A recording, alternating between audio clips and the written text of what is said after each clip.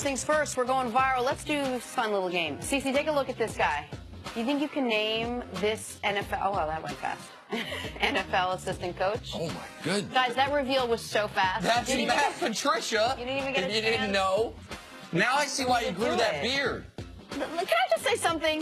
What was this whole big thing that we worked on while Cece wasn't here? We're going to show one guy, and then we're going to show the progression. Everyone makes mistakes. Oh, I didn't know that was a mistake. Okay. My apologies. I didn't mean to. I thought that was the way it was See, planned. but so Matt Patricia, by trade, is a rocket scientist. And I think maybe he got the little nerd treatment when he first came in the league, clean cut. So he went through a bunch of different looks. You see, I'm going to go with the goatee and the grizzled look. Then he's like, I'm going to add the party in the back. Then he's like, I got to go full Grizzly Adams if people are going to take me serious. I think he's gotten so frustrated with Belichick over the years that it just was like, and by the time he was done, there he is. CC? I just hope he can coach. Really don't care what he looked like. He's a football coach. Don't care. I just hope that he can really coach. But he looks a lot tougher at the end than he did at the beginning there. But anyway, Yeah, all right. he's a rocket scientist. You can bust him right in his nose. Time for some stories to start your morning. A fan captured these pictures of Sean Payton mocking the Vikings skull chant right before the final play that gave the Vikings the win. It's been a rather controversial season for Sean Payton. He's made a number of questionable gestures. CC, what was your reaction to this? Well, what he needs to do is, don't watch these pictures. What he needs to do is like the Vikings did, Mike Zimmer, after they had the Minneapolis Miracle. You know what he took the defense, the first thing the defense did? They watched the Hail Mary to make sure what not to do at the end of a game.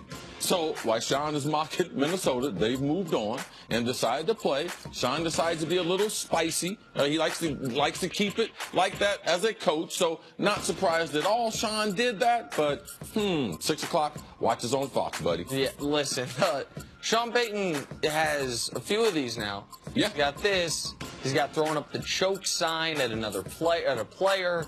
He's got the incident with Dirk Cutter after a game where they're kind of exchanging arm slaps. Sean Payton, as you put it to me, week 2 of this show, week 1 of the NFL season, we saw he and Adrian Peterson get into it. Sean Payton ain't no chump now. No. Maybe needs a little self-control, maybe a little too much player in Sean Payton, but, I mean, this is kind of par for the course for him. Right. I think where would he go to college? Northeastern Illinois or something like that. He's a long way from there. To the NBA now, and Anthony Davis dominated against the Celtics last night, scored 45 points and 16 rebounds in an overtime win. CC, is Anthony Davis the best big man in the NBA? I think he is the best big man. But, big man, get some advice from Chris Carter, all right? Now, you and I have the same issue. You don't seem to act as if it is an issue. Unibrow. Now, you're not supposed to be walking around with the unibrow, bruh. All right? We can get someone a national endorsement. Probably European Wax Center. They're nationally. Bunch of thousands of locations, all right? I got a credit with them right now. Bring you in. Lifetime I credit. can get that. What are we that talking fixed. about? And then we'll bring in our sidekick, Nick Wright, and get his strip too, because he got a little launching pad. Not the unibrow, it's like a baby one. Okay. We're talking about Anthony Davis's eyebrows. It's all right, Jen. That's Don't what worry I thought about we were talking about, but I was like, it must be a metaphor for something else. You're literally just talking about the eyebrows. Yeah. Yeah, his nickname is The Brow. Yeah, I answered the Because of question. his He's the unibrow. best big man, but get that fixed. All right, so I don't have eyebrow commentary. What I do have is this. They asked me if he's the best big man. You know what I heard? Nick, please rank some NBA players. So I will do that for you. got a list? LeBron's obviously 1. Durant, Steph, and Harden 2, 3, 4. People can argue about that list. But those are your next 3. Yes. That 5, 6, 7, 8. Anthony Davis edging his way up. Maybe elbowing past Harden. Maybe telling Kawhi, you're injured. I'm stepping over you. Anthony Davis might be one of the 5 best players in the league right now. Definitely the best big man in the NBA. And finally, you remember this story. Isaiah Thomas was going to get a video tribute in Boston earlier this month, but he was resting that night and asked to wait till next time. No problem. What's the big deal? Well, here's the big deal. The next time happens to be the night Paul Pierce is having his jersey retired, and Pierce is not interested in sharing the spotlight. Now, Pierce is adding insult to injury. Pierce says the only reason the Celtics were even having a tribute for Isaiah was because they felt bad about trading him. It was a guilt move, he says. Nick, you got a problem with how Pierce is handling all this? Because now they're not going to play the tribute video to IT anymore. Right. But Paul Pierce had according to Paul Pierce, a 40-minute phone call with Danny Ainge about this. And when's the last time I was on the phone for 40 minutes about anything? I can't remember. A 40-minute phone call in which Ainge did, again, according to Paul Pierce, said, listen, Paul, if it's really that big of a deal, we won't do the video. And he said? And Paul said, okay, good, don't do the video. Are you out of your mind? Now, Isaiah Thomas, since he tweeted, I'd like to thank the Celtics for their gracious offer to play a video tribute on February 11th, celebrating my 3 years of Boston. But since it appears this has caused some controversy with Paul Pierce's night, I'd ask the Celtics to instead focus all their attention on number 34's career. This is one of the most insanely petty things I've ever seen a future Hall of Famer do, and what Paul Pierce is doing. It's 90 seconds for Isaiah Thomas. The reason they didn't play it the first time wasn't just he wasn't playing. IT's family wasn't there. Right. I can't imagine why Paul Pierce is such an issue with it, but now I guess he's getting what he wanted. Also, not only Paul Pierce, but they asked Rondo, about the tribute to IT, and he said, wow, they're celebrating that now in Boston? So there are former Celtics that think that they've changed the standard, and I haven't been on Paul Pierce's side of this thing, but I got to say the truth might have delivered the truth here as far as IT and Danny Ainge. I believe there is a little guilt there because you only played 3 years with a franchise. I mean, what type of celebration are they going to really, what did you do that was so celebratory that they should have something like this, something that they typically don't have? They didn't have anything for Rondo. They gave Jay Crowder a video. Jay Crowder got a video. Because he was part of the trade. They knew what they were trying to do. If Jay Crowder wasn't part of the trade, do you think they would have had a video? What? No. So that's guilt. Okay. So the truth did drop a truth. Okay, but first of all, Paul Pierce's jersey is being retired after the game. This does not take away from his night at all. In fact, it adds But you to the take night. advantage of the crowd that's there. It's not only after the game, all right? It's before the game and everything. No, I think that they could still be done in the same time. Yeah. But if the organization has changed the way they're honoring players, that should be recognized. And Rondo and Paul Pierce, who have great careers in Boston, they think that it's different. I've never played in Boston. I have had tributes done to me. So I have to listen to what they're saying. And Paul Pierce brings up a great point that it's not his fault. It's the Celtic and Danny Ainge's fault. They the one traded him. Listen, fine. But let's all... Isaiah Thomas last year was a cult hero in that town. Boston fans were chanting MVP for this guy from the All-Star break on. He had the best individual season any Celtic has had since Kevin Garnett in that uniform. The highest MVP finish any Celtic has had since Larry Bird, other than 1 year of Kevin Garnett. Isaiah last year... after doing all that, you know what they did, Nick? They traded told him you can work elsewhere. Right. Okay. They should have just done it the first time around. I know his family and everything wasn't there, but they should have just done it. You can't do that, Jen. I disagree with that because if his wife and kids can't be there. But now he doesn't get anything. Well, so what is he missing? Right. Well, he could have had something, and now but he's not his getting family, anything. it means more to the family than it does to the player. And Isaiah's moved on. He requested that they wait. That's why they didn't do it. He said, hey, I'm not playing, my family's not coming, can you wait? The Celtics said, yeah, of course. What could possibly be the problem? Little did they know the truth. Paul Pierce thinks that that's going to be declared Paul Pierce Day in Boston, that they're going to announce the Paul Pierce coming statue, that they're going to retire. The whole thing is an absurdity. And the big loser in all this that I don't think anyone is talking about is the poor guy that edited the video tribute. Like, what about that guy? He must have spent so many hours. Now what do you do with the tribute? We can discuss that later, maybe in a commercial break or never. Moving on, it has been a rough couple of weeks for the NBA. Lately, box scores have looked like this. Buckets made, rebounds grabbed, and punches thrown. FYI, rumor has it Ron Artest was patting that last stat his whole career. Last night in the Magic T-Wolves game, Aaron Aflalo took a huge swing at Nemanja Bjelica, and both players were subsequently tossed from the game. Another night, another fight. Here's Bjelica telling his side of the story. First of all, I don't want to feel like I'm a victim here. I mean, that's everything part of the game. But he took a swing on me, and I was just trying, to protect myself first of all, and to help him. I mean, to calm him down, because he was wild. I don't know what's wrong with that guy, but and at that point, I mean, if you attack me like that, I just have to protect myself or my family. All right, CC, you brought this up a couple days ago and have continued to it. Does the NBA have some sort of fighting problem right now? Well, I don't just reacting to the players. The temperament of the players is at a different level than I've seen. Now, I grew up watching the NBA in the 80s and the 90s. It was far more physical, and I mean, there's some people that really, really got hurt. But I'm talking about with this group that we see.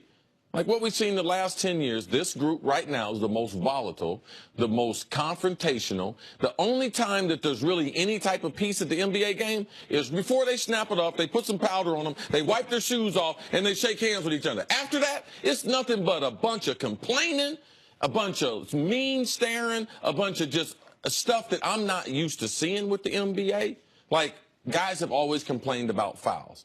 But now, seeing what it spews over to last night in the Orlando game. Like, it's not necessary. If I'm a fan, I don't want to see guys fighting. Like, there was no need for them to be fighting. One guy was going to the hole. He might have hit him with a little forearm, but to take that type of punch at a guy, you could really hurt someone. That was a real swing.